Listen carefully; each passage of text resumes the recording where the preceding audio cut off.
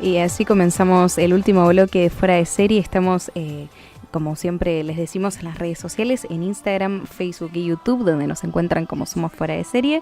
Y en YouTube pueden volver a escuchar todas las entrevistas que hicimos hasta ahora.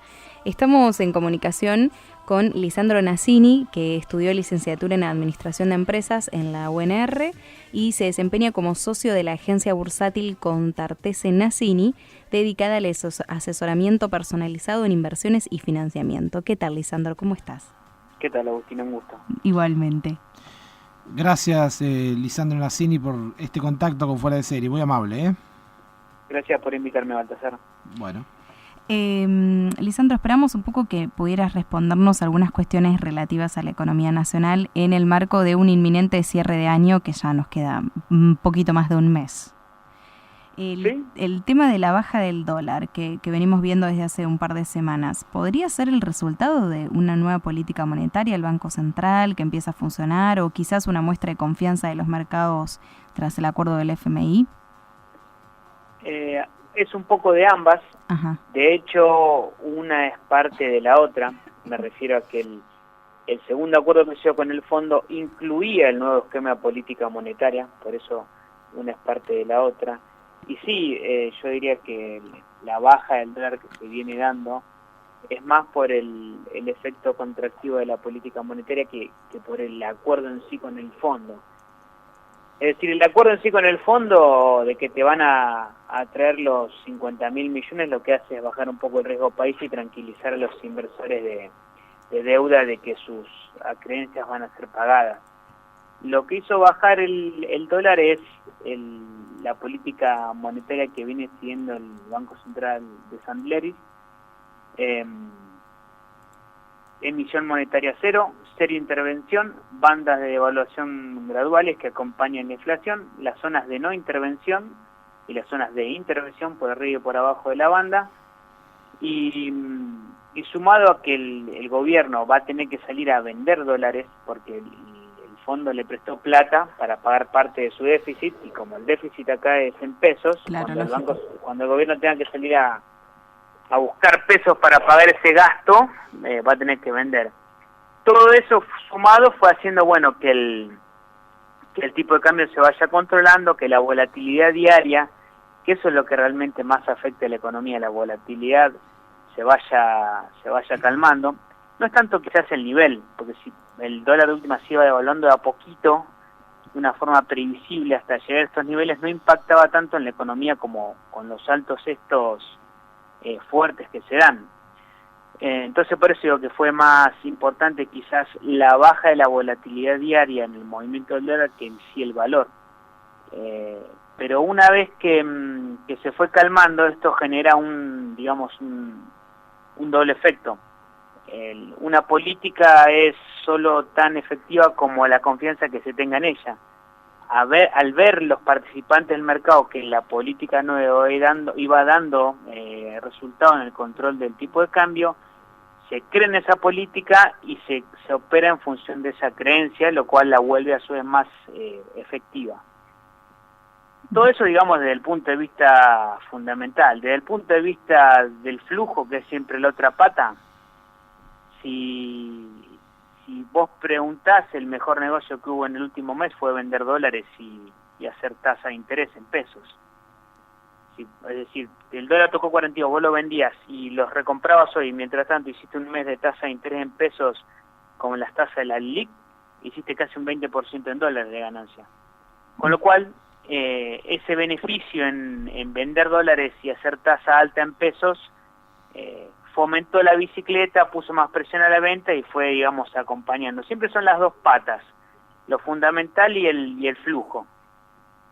Bien, Lisandro, esta tasa de interés del 60% como intento de frenar la fuga hacia el dólar, obviamente tiene una contracara que es el alto costo de financiamiento para las pymes. Digo, ¿en qué sectores se ve una caída más fuerte de la actividad económica?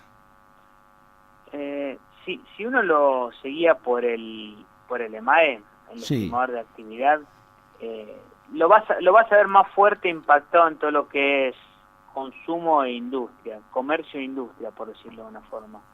Las variaciones de disminución de la actividad medía mes a mes, es decir, mes contra mes del año pasado, vienen siendo entre el 5 y el 7% alternadamente, 5-7, 5-7.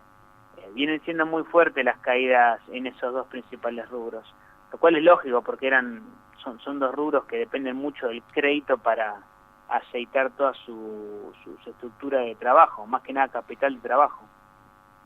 Y en cuanto a la ley de mercado de capitales que se aprobó ya hace un par de meses a principio de año, ¿tiene algunos beneficios tangibles para las pymes, para los inversores? ¿Cuáles son esos beneficios, si es que los hay? ¿Y cómo se puede ampliar el mercado de capitales? Mira, la última modificación que se hizo de la ley de mercado de capitales tenía elementos un poco generales o de alto nivel, en el sentido de que la securitización de los créditos suba, la eliminación de la doble imposición para los fondos cerrados. Eran elementos muy técnicos que sí generan beneficios, pero no era algo que el inversor así de a pie de la calle pueda notar. Lo que sí se pudo o se pretendía hacer más cercano a la actividad del día a día fue el tema del descuento de facturas. No sé si ustedes recuerdan, pero esta ley de mercado de capitales venía cajoneada mucho tiempo, y para que pueda salir hubo que cambiarle hasta el nombre y hacerla pasar como ley de financiamiento productivo, porque si no hasta era mal marketing para el gobierno. Así que se sacó esa ley con esas modificaciones, y lo que se incluyó, que es una de las grandes apuestas que quiere tener el mercado de capitales para dinamizar lo que es financiamiento PYME, es el tema de la factura de crédito electrónica. Este es un régimen que en algún momento ya se había intentado instaurar, pero ahora se retoma. En su momento no funcionó, ahora se lo retoma, que le va a permitir a las empresas descontar directamente las facturas sin necesidad de que haya un instrumento de pago asociado. Esto que en otros países genera muchísimo volumen y es el estándar del descuento o generación de capital de trabajo para las empresas, acá recién está arrancando. Todavía no está regulado, estamos esperando que surja el decreto reglamentario que regule esta ley. Anda circulando un borrador por ahí, pero bueno, es algo todavía muy incipiente, porque a su vez se van a ir dando plazos para que su cumplimiento sea obligatorio. Vos imaginate que es un cambio bastante radical, en el sentido de que de ahora en adelante toda gran empresa para facturar una pyme tiene que hacer este estilo de facturas, con lo cual conlleva su tiempo de adaptación. Pero esa es la principal apuesta que se hace para que la nueva ley de mercado de capitales impacte en el financiamiento pymes. Está bien. Y respecto al presupuesto 2019 que se aprobó hace unos días, ¿realmente posibilitará, según tu visión, obvio, alcanzar el objetivo de déficit cero para el año que viene? ¿Cómo es posible alinear el consumo, la inversión y sobre todo las exportaciones en este intento de recuperación de la actividad, sobre todo para el año que viene? Sí, como posibilitar te lo va a posibilitar, es decir, los parámetros están bien delineados ahí, los impuestos que hay que subir y los gastos que hay que bajar, está todo aclarado ahí. Como posibilitártelo, te lo va a posibilitar. Yo tengo mis dudas de que lo vayan a lograr, es decir, de lo posible a lo factible hay diferencias, en el sentido de que tenés que implementar esas políticas y esas restricciones de gasto y de aumento de impuestos, básicamente para llegar al déficit cero. Quizás no lleguemos a déficit cero, pero creo que sí se va a lograr bajar el déficit. Le esperemos, ojalá se logre el déficit cero. Y con respecto a alinear consumo, inversión y exportaciones, mirá, medio difícil. Si uno supiese la respuesta a eso en una coyuntura tan caótica como la nuestra, estaré dando charlas en Harvard. Pero con respecto al consumo, te diría que el gobierno debería tratar de que el poder de compra real de los salarios no caiga tanto, de manera que se pueda seguir manteniendo un nivel de consumo del segmento del asalariado formal. Con respecto a la inversión, la verdad que es muy fácil la respuesta a esto. Certidumbre, previsibilidad. Es decir, vos imaginate cuando asume Macri te decían que iba a haber una lluvia de inversiones, no hubo nada. Decían no, porque hay que dar más alicientes fiscales para que las inversiones se radiquen acá. Acá ¿quién va a venir a traer plata si tenés unas elecciones del año que viene que no sabes si te cambia todo, tenés un riesgo país arriba de 500 puntos, no tenés forma de financiarte, te cambian las reglas de juego y te ponen impuestos nuevos cada 2 por 3? Te diría que primero busquemos certidumbre en las políticas de largo plazo. Vos podés dar todos los beneficios fiscales que quieran a las inversiones, pero si no hay certidumbre igual no va a venir nadie. Entonces, primero certidumbre, después vemos el tema de los beneficios fiscales. Bien. Y con respecto a las exportaciones, te diría que lo que el gobierno debería tratar de hacer es no dejar atrasar el tipo de cambio. Llegó a 40, se hizo competitivo y le pusieron un impuesto. Bueno, hasta ahí todo bien, pero no dejes que se atrase. Empezó a bajar el tipo de cambio y la inflación siguió subiendo, lo cual genera el atraso cambiario tradicional en el que estábamos antes. No debería caer en esa tentación, por más que sea un año eleccionario y siempre el dólar atrasado suma puntos para cierto segmento de la clase media, debería mantener un dólar competitivo para que toda la industria exportadora, que es la gallina de los huevos de oro, pueda seguir creciendo y exportando y generando los dólares que tanto necesitamos. ¿Y cuánto es un dólar competitivo? ¿Qué precio No, tendría que esa tener? pregunta es muy difícil. Mirá, yo te comento como para que tengan una idea. Hay dos formas o dos grandes patrones que se usan para medir el valor de equilibrio del dólar. Uh-huh. El primero es el índice de tipo de cambio real multilateral, que mide tu competitividad contra la de tus principales socios comerciales. Sí. Y la segunda, el famoso dólar convertibilidad, que divide la cantidad de pesos circulantes y la base monetaria por la cantidad de reservas que tiene el Banco Central. En función de esos, uno puede llevar a cabo estimaciones de cómo está el dólar, si atrasado o no. Cuando estuvo la devaluación fuerte, que llegó a 42, yo creo que se dio lo que se conoce como pass-through, se pasaron de rosca, ¿está bien? Sí. Era un poco mucho el nivel, pero ahora ya no sé si es un poco mucho ese nivel. Me parece que un dólar en 40 seguía siendo competitivo y nos permitía aceitar la economía. Pero, repito, no hay una respuesta exacta a eso. Hay muchos factores que intervienen. Mientras este incentivo de flujo que te comentaba al principio sigue existiendo, vos podés seguir teniendo un dólar atrasado tranquilamente. De hecho, fue todo lo que pasó en 2017. El dólar estuvo planchado y hasta abajo porque entraban muchos dólares para venderse y meterse en la bicicleta con las LEVAC. Entonces es muy difícil dar la respuesta de cuánto debería ser un valor. Está bien, está bien. Lisandro, la última consulta como un aporte para mayor educación financiera, sobre todo, como vos bien decías, en estos tiempos de volatilidad y incertidumbre económica. Para los que tengan algunos ahorros, ¿qué deben esperar para el año que viene? Digo, en cuanto a las previsiones económicas, ¿se sabe si el gobierno va a renovar las bandas? Digo, ¿qué le conviene hacer a la gente? ¿LEVAC, plazo fijo, título ajustado para la inflación? ¿Cuál es la mejor opción que recomendás desde Nassini? Mira, si sabe si el gobierno va a renovar las bandas, creo que sí. Hace poco lo habían dicho. Lo que pasa es que el Banco Central viene sufriendo un caso medio de bipolaridad. Un día dice una cosa y el otro dice otra. Pero sí, se estima que las bandas van a seguir. Lo que pasa es que se van a ajustar distintas. Se estaba hablando de un ajuste por la inflación proyectada, pero bueno, eso es algo todavía que hay que definir. Con respecto a qué conviene hacer, difícil saber, depende a qué uno le quiera ganar, digamos, contra qué benchmark u objetivo quiere comparar, si contra el dólar o contra la inflación, que son, digamos, de alguna forma los dos grandes cucos que tenemos los argentinos. Y en ese sentido me parece que, por ejemplo, las LEVACs o su reemplazo natural, las LECAPs, que se licitan hoy y mañana, Sí. Con tasas entre el 50 y 55, daría la impresión de que son una buena alternativa de inversión. Vos pensás que el REM, el Relevamiento de Expectativa de Mercado, que elaboran las principales consultoras privadas, da una inflación para el año que viene del 35. Eso te está dando una tasa real contra la inflación de casi el 20%, 15%, que es muy buena tasa real. Pero yo sugeriría ir con cierta cautela en el sentido de que no te diría a lo mejor que te metas ahora en tasa en pesos, porque el dólar está en la banda, casi tocando la banda inferior. Tranquilamente puede subir en un mes, volver hasta la mitad de las bandas, y ahí ya más tranquilo, ya habiendo subido, te podría decir más seguro, ahora sí metete en tasa pesos, que no hay tanto riesgo de que el dólar se devalúe.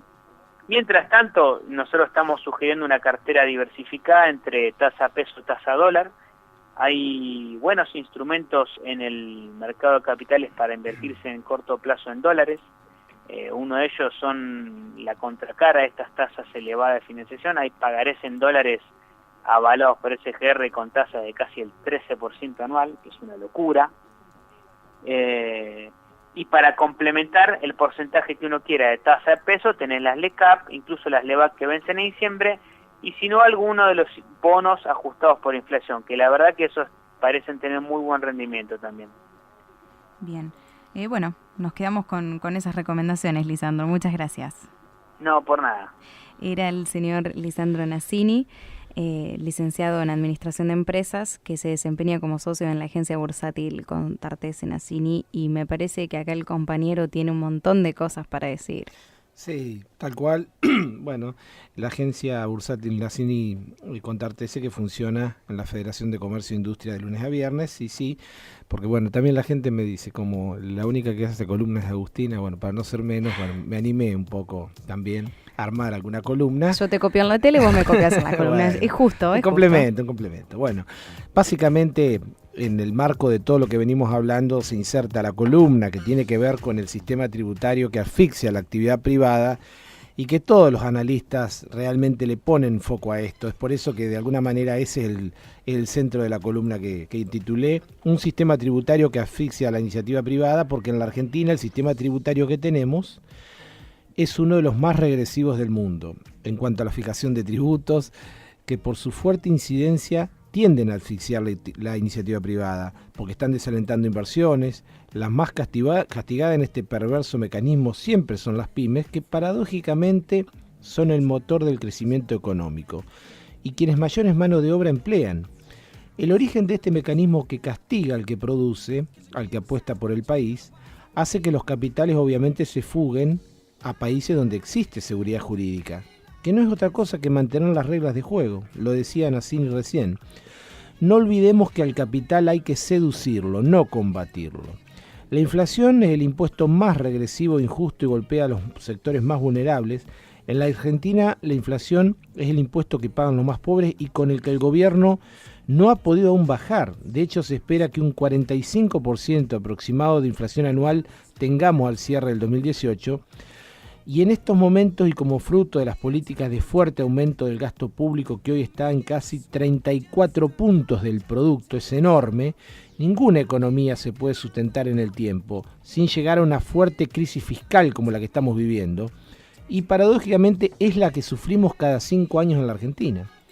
Siempre nuestras crisis son fiscales, vivimos por encima de nuestras posibilidades.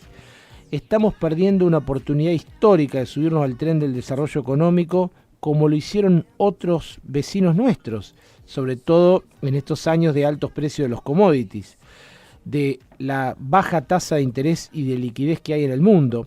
Es decir, la recuperación económica mundial, sobre todo con un jugador como China, tracciona mucho a países que tienen un perfil agroexportador de alimentos como nosotros, como los argentinos, donde de alguna manera nos van a comprar todo lo que queramos vender. Para eso tenemos que convertirnos en un país desarrollado, atractivo, integrado al mundo y sobre todo terminar con los sesgos de una dirigencia populista que nos quiere llevar de regreso a un pasado que no tiene futuro y donde, bueno, tenemos que repensar un país como esos que pensaron la generación del 80, donde la Argentina ocupaba uno de los 10 países con mejor performance en el mundo, sobre fines del siglo XIX y principios del siglo XX. El tema pasa porque de una vez por todas maduremos como sociedad con derechos, obligaciones, que trae aparejado terminar de ser un país adolescente. Ya tenemos 207 años, tenemos que aferrarnos fuertemente a la Constitución, defender el Estado de Derecho y las libertades individuales, exigir que se respete el derecho de propiedad, que es un tema crucial en este sentido, y decirle basta al populismo económico que nos llevó al fracaso, basta de un sistema tributario que está terminando con la iniciativa privada. Vivimos pagando impuestos, ya no aguanta para más esto, y tenemos que ser protagonistas en cualquiera de los lugares que nos toque participar de nuestro futuro, hacerlo de una manera tenaz, férrea, apasionada. Solo así se consiguen las cosas, porque no merecemos otra cosa que ser una gran nación.